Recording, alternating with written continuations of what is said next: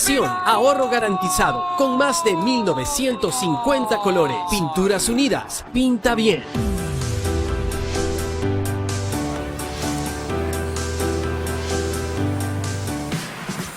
Hola, ¿qué tal? Bienvenidos a una nueva entrega de Portada y hoy con el tema de nuevos modelos de educación y liderazgo hemos invitado, pues a propósito del inicio de clases, a Mercedes Sánchez, muy conocida pues en el mundo educativo como la Miss Mechita, para darnos toda esa orientación acerca de estos nuevos modelos y liderazgo y también pues una orientación para los padres de familia. Bienvenida, Mechita, a este espacio.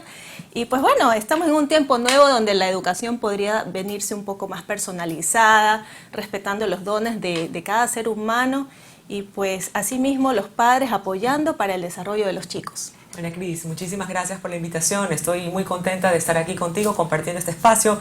Creo que es pertinente poder conversar y dialogar sobre temas tan importantes para la educación y el bienestar de los chicos, de los estudiantes y sobre todo del primer entorno educativo que tiene un ser humano, que es el hogar, la casa, la familia, correcto. ¿Cómo se da pues esta orientación de los padres, los hermanos, crear un ambiente propicio para el aprendizaje y sobre todo esa seguridad afectiva que le ayuda al ser humano a crecer? Sí, mira María Cris, a través de la historia los hogares, ¿no?, se conformaban con un método un poco tradicional, conductista, inclusive también las escuelas. ¿Qué es lo que pasa? Que los padres cumplían con su rol de atender todas las necesidades de sus hijos, en el sentido de alimentación, bienestar y las necesidades básicas del ser humano, ¿no? Digamos materiales, ¿no? Materiales, sí, pero no se preocupaban sobre la parte tan importante ahora que es el aspecto emocional. Entonces, ¿qué sucede? Que el ser humano crecía con algunos vacíos que hoy en día las personas dicen, no, bueno, yo tuve este tipo de crianza, pero estoy perfecto, estoy sano, no me traumé. Pero en realidad no se dan cuenta que muchas de las dificultades o muchas de las consecuencias que se dan por hogares manejados de esa manera son defectos que tenemos los seres humanos en relaciones, por ejemplo, habilidades sociales, que son tan importantes en cualquier ámbito. O las adicciones también, ¿no? Adicciones también, en caso de ya tener hogares extremos en el que ha sido, digamos, han utilizado mucho el castigo físico, el castigo inclusive verbal, las palabras inadecuadas, decirle, menospreciar a los hijos, decirle muchas veces que no puedes, no sirves para nada, eres un vago. Muchas veces los padres utilizan esos términos esas hoy en día. etiquetas que la gente se las empieza a creer. O a las niñas, de pronto, que están en su periodo de vacaciones y han subido unas libras, cuidado con ese peso. Correcto. Entonces ya empiezan también esa negatividad alrededor de la imagen corporal, cuando de pronto podemos encaminar a mi hijo o a mi hija, vamos a hacer deporte, vamos a jugar básquet. Hay otro tipo de maneras. ¿Cuáles son esas tendencias en el 2023 a nivel educativo? En las tendencias de poder utilizar términos, empoderar, sí, a los empoderar estudiantes. a los estudiantes, facilitar el aprendizaje, pues motivarlos también, ¿no? Sí, o sea, básicamente yo considero que es bastante sobre criterios, ¿no? ¿Qué criterio tengo yo para poder formar o educar? El padre de familia que hoy en día no investiga, el padre de familia que no lee, el padre de familia que no busca la forma de ayudar a sus hijos, es como un médico que no estudia, que pasó de año casi que solamente copiando, por decirlo Claro, así, por eso ¿no? ahora también hay las escuelas para padres. Exacto. Entonces, el rol del padre es tan importante o igual de importante que la de un educador, que la de un profesor. Los dos tienen que educarse en lo que es la formación del individuo. Entonces, por ejemplo, a veces, ¿qué pasa? Que cuando tenemos un hogar que no utiliza un buen mecanismo o una buena esta comunicación que deseamos, que es la comunicación asertiva que necesitamos manejar en el hogar, muchas veces tenemos inclusive hasta docentes que se preparan académicamente para la educación, es decir, para manejar herramientas pedagógicas para enseñar. Tienen información, pero de pronto no saben comunicar, transmitir adecuadamente. Pero el docente no es solamente información, contenidos. El docente también debe ser una guía, debe ser un líder. Pero ¿cómo formamos a un líder educativo? Justamente desde el hogar. Este líder tuvo que haber sido niño, y si tuvo unos padres ejemplares que le transmitieron estas habilidades sociales, estos valores, empoderarlo de los valores, de los principios de la integridad. Porque no nos alejemos mucho. Mira, a mí me gusta mucho el término integridad. ¿Por qué? Porque la integridad es hacer lo correcto, inclusive cuando nadie te está viendo. Entonces, si nosotros basamos nuestra formación educativa en el hogar, manejando la integridad del ser humano, ¿no? Esta persona siempre va a tratar de hacer lo correcto. Y parte de hacer lo correcto es prepararse, estudiar y hacer el bien. Hacer las cosas con excelencia. Y el maestro viene a ser un facilitador del aprendizaje. Así ¿no? es. Porque en estos nuevos modelos de educación que vemos que ahora todo es más personalizado, le dan más libertad al alumno de escoger, de tomar decisiones, de escoger lo que le gusta, de encaminarse hacia donde su alma le indica, ¿no? Sí.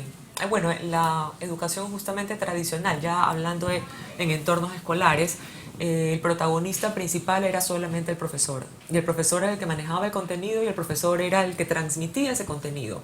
Pero la educación actual, que es ahora pues lo que buscamos los educadores, es que manejemos una educación integradora en la que el estudiante es el protagonista. Hay otros estilos educativos que ponen o deciden como único protagonista el estudiante. Sí. Pero yo considero que no debe ser solamente el estudiante el único protagonista. Sino ser un equipo. Sino el profesor y el estudiante. Y no solamente los estudiantes, padres, sino la comunidad educativa. Sí. Entonces todos tienen un rol protagonista para poder guiar al estudiante hacia los primeros años de vida de un individuo. Son los años de programación, en el que estamos programando a esta persona para que sea en el futuro lo que nosotros deseamos, ¿no? O aspiramos. Por eso es que cuando ya uno es adulto te dicen, bueno, te toca desprogramarte de tales cosas, tienes que cambiar ciertas cosas que no te están funcionando, programaciones inadecuadas que no te ayudan a crecer. Así es. Entonces los niños son como esponjitas, una pantalla en blanco en la que hay que escribir con flores y con colores lindos, ¿no? Sí. ¿Cómo los padres pueden ayudarlos y apoyarlos al desarrollo? Porque a veces hay padres impositivos, ¿no? Que yo quiero que tú seas de tal manera, y más bien el padre, pienso yo, que debe ser un apoyo para conducir a esa almita a que sea lo que vino a ser este mundo, ¿no? Correcto, sí. Mira, yo estoy de acuerdo en que los padres deben manejar autoridad, ¿no?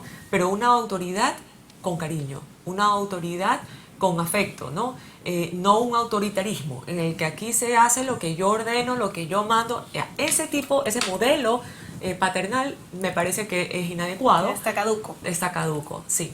Tampoco estoy de acuerdo con el modelo paternal o de paternidad que es ser helicópteros alrededor del estudiante, del hijo, y sobreprotegerlo y estar solventando o cubriendo cualquier tipo de necesidad, e inclusive si se cae entonces nosotros lo cargamos y lo cogemos, y eso también es dañino porque estamos haciendo personas débiles, ¿ya? Personas inútiles. Entonces lo ideal es manejar la autoridad con afectividad, es decir, tratar de ser democráticos, tratar de entrar hacer o simular que nuestro hogar es una micro sociedad, ¿sí?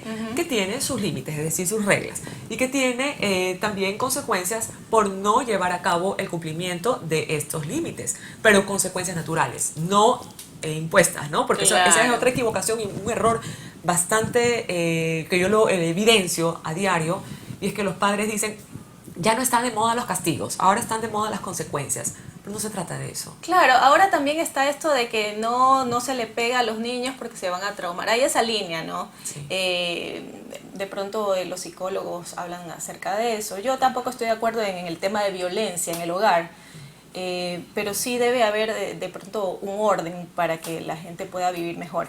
Sí, es que castigo físico es abuso. Así es. ¿No? Entonces no podemos hacer crecer a nuestros hijos en un entorno abusivo. Entonces por eso el castigo físico no debe ir. Pero sí debe ir llamados de atención, una buena estructura de límites. Los padres muchas veces dicen, bueno, pero ¿cómo establezco límites? No se trata de solamente escribir las reglas y decir, estas son las reglas, deben de cumplirlas, sino que los padres deben de enseñarle a los hijos hábitos que lleven al cumplimiento de los límites. Es decir, por ejemplo, si queremos que nuestro hijo recoja todos los juguetes del dormitorio, no es que anda a recoger los juguetes del dormitorio, o aquí la regla es, si desordenas, arregla.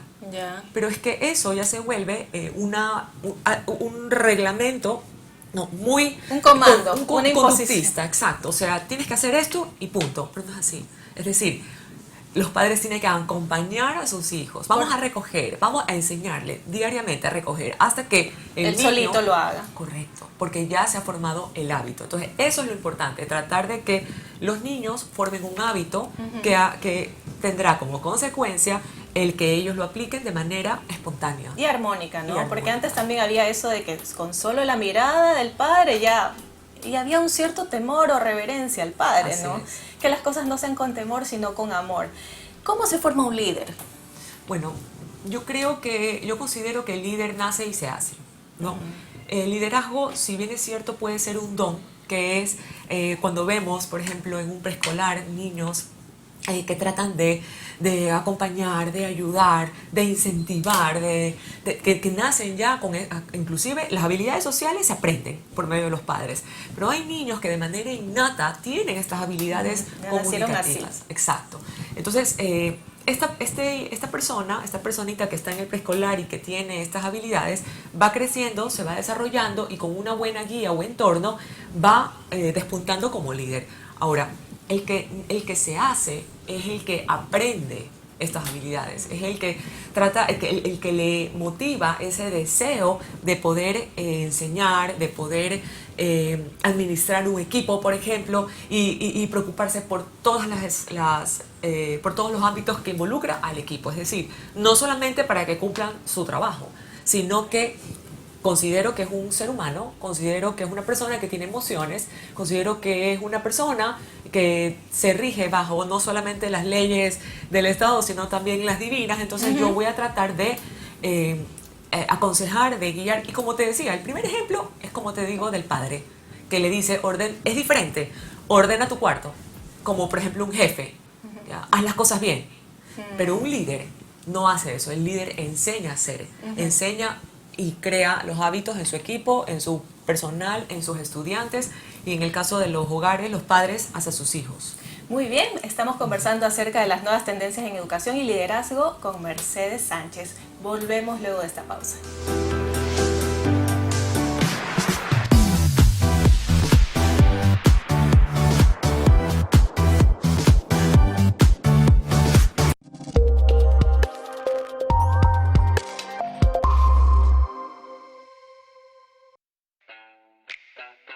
Pinturas Unidas se ha caracterizado por presentar sus tendencias del color en conjunto con NSS Color System.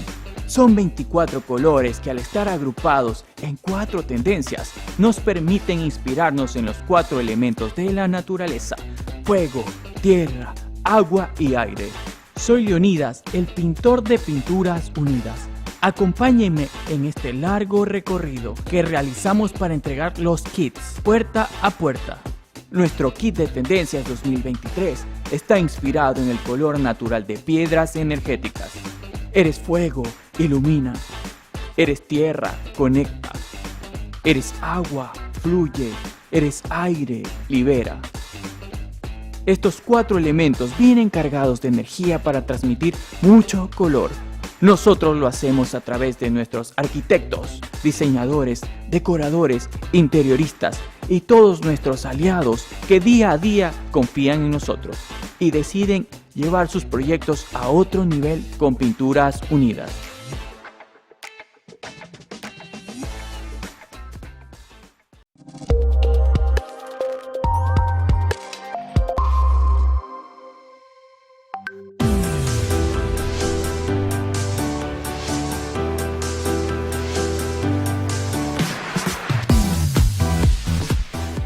estamos de regreso conversando acerca de las nuevas tendencias en educación y liderazgo con Mercedes Sánchez. Y ahora vamos a hablar acerca de la tecnología y lo que significa pues para los chicos. Mucha gente dice, bueno, pues estos niños ya nacieron con un teléfono en la mano y se desarrollan fácilmente, lo saben todo. Eso dicen los adultos. Sí. ¿Cómo la tecnología apoya la educación actualmente? Mira, yo considero que la tecnología ha aportado positivamente a la educación en muchos aspectos. En lo que no considero que aporta es justamente en darle a los hijos, a los chicos, a los estudiantes, a temprana edad, aparatos tecnológicos. ¿Qué sucede? Que hoy en día para los padres se volvió como una facilidad poder darle a sus hijos a temprana edad, ya sea desde los meses inclusive, ni siquiera al año, sino a los meses, cuando tienen meses, tablets o programas para que se entretengan. Si bien es cierto, nosotros crecimos con el televisor y con el televisor a veces veíamos programas, Claro. pero el televisor estaba en casa, pero en una ubicación específica del hogar que muchas veces no estaba en la cocina, ¿no? Hay hogares que sí tenían televisor en la cocina, pero la mayoría de los hogares no. Entonces, nosotros teníamos que alimentarnos correctamente y ser conscientes de la alimentación que estábamos en ese momento consumiendo. ¿Por qué? Porque veíamos el plato, porque escuchábamos a nuestros padres que nos decían, bueno, tienes que alimentarte de tal manera, tienes que... Come tus vegetales. Come tus vegetales. Pero hoy en día los padres encontraron la facilidad de poderle dar a sus hijos de comer rápidamente porque tienen la tablet y porque no son conscientes de lo que están adquiriendo. Entonces, asimismo, en el aspecto ya en el ámbito educativo, si bien es cierto, a nivel de preescolar, primaria, tratamos, bueno, no es que tratamos, exigimos que la tecnología sea prácticamente con reducción, es decir, cuando tenemos, y con fines pedagógicos, ¿no? Claro, Cuando es lamentable, yo lo he visto que de repente algunos padres, para que sus hijos no molesten, toman. Correcto, sí. En la educación utilizamos, como te digo, unas plataformas que nos permiten manejar una educación interactiva, ¿no? Y porque ya estos chicos vienen de casa con este estímulo, entonces el romper completamente el estímulo en el aula puede ser a veces un reto para el educador, ¿no? Porque es como... Y discúlpame que utilice este término, pero a los chicos se les genera en casa como una adicción. ¿Es verdad? Hacia la tecnología. Sí. Entonces llegan a la escuela y romper con esta adicción así drásticamente cuesta bastante. Entonces se trata de buscar plataformas que manejen una interacción con los chicos de manera muy intuitiva y que puedan sentirse atraídos por contenidos académicos. Pero utilizar, por ejemplo, mire, yo estoy en contra totalmente de darle un celular a un chico de 8 años, a un niño de 9 años, de 10 años. ¿Por qué?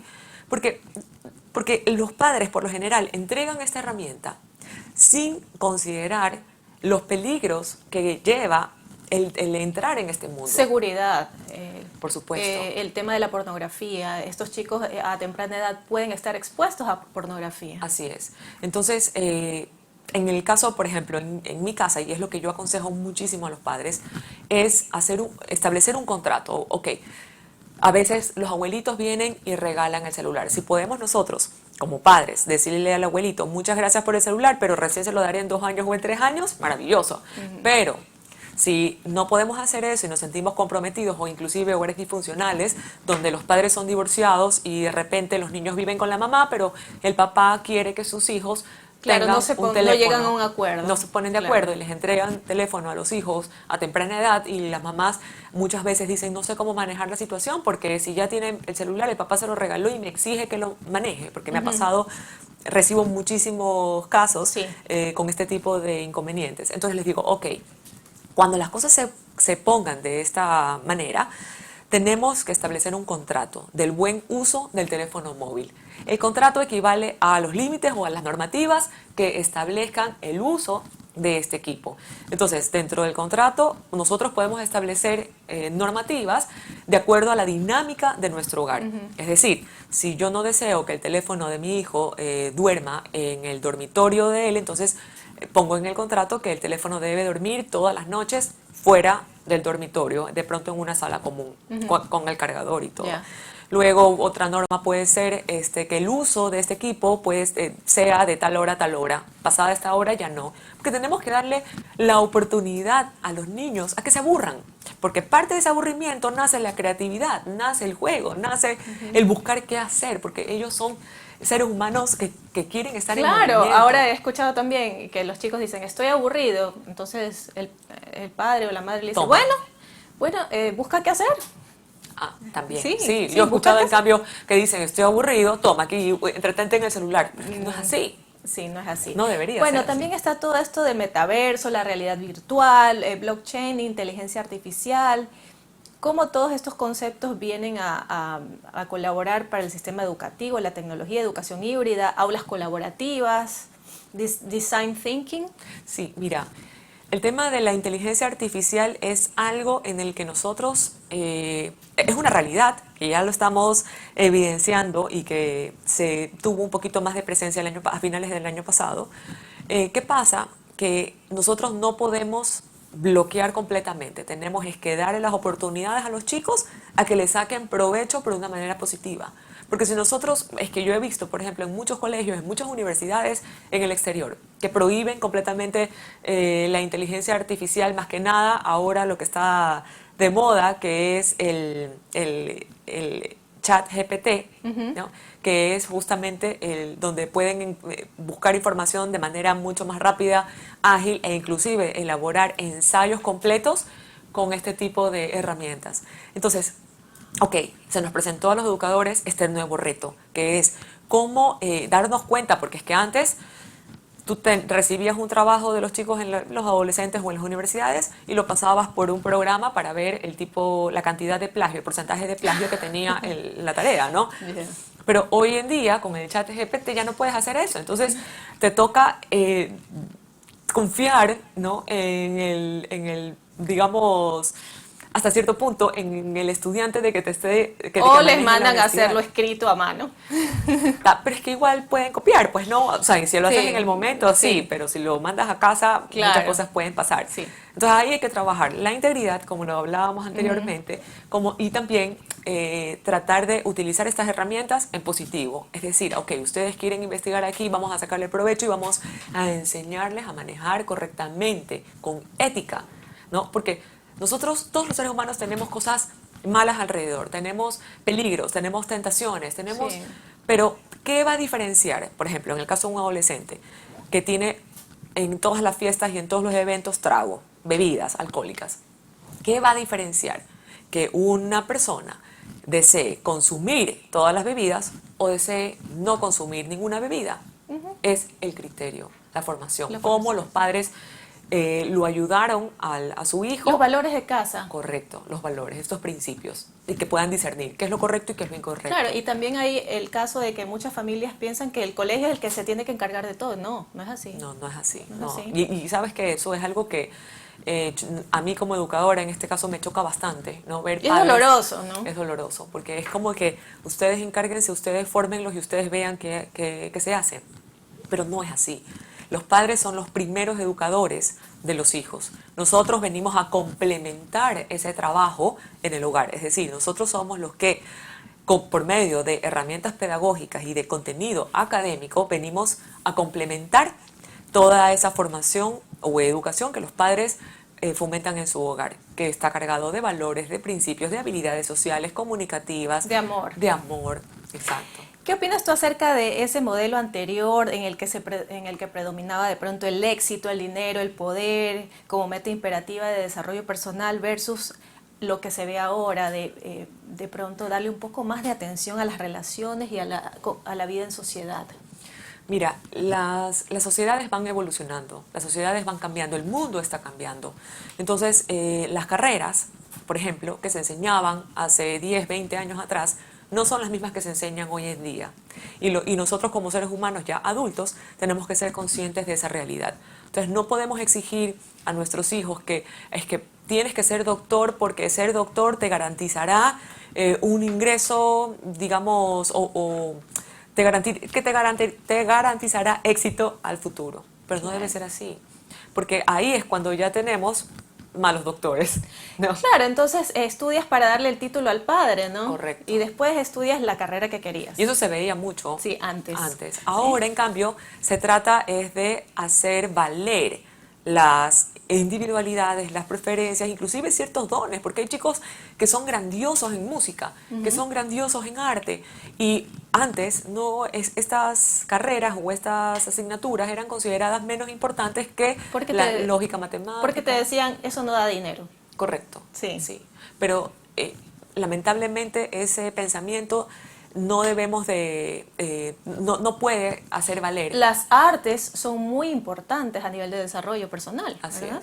Así es, sí, porque con las artes hace que el chico se pueda manifestar, ¿no? Cuando a veces a los chicos les cuesta, por ejemplo, hablar, ¿no? Les cuesta transmitir, expresarse. Entonces, por medio del arte muchas veces lo hacen. De la danza, de la música. Correcto, se vuelve un complemento bastante importante en la formación del individuo, y por eso es importantísimo tenerlo siempre presente. Claro, en muchos hogares también hay esto de las actividades extracurriculares. Van al colegio, a la escuela, y después ya en la tarde les dan unas actividades extracurriculares, le dan a escoger al hijo, bueno, ¿quieres hacer un deporte o quieres tocar un instrumento? O las dos, que es un complemento para su formación. Y ya para cerrar, pues en este nuevo modelo, donde antes predominaba la instrucción y el control, y ahora se da más espacio a esa exploración individual y al desarrollo de, como yo decía, de esa almita que viene al mundo a desarrollarse y a ser feliz, ¿no? Así es, y es que eso debe ser, ¿no?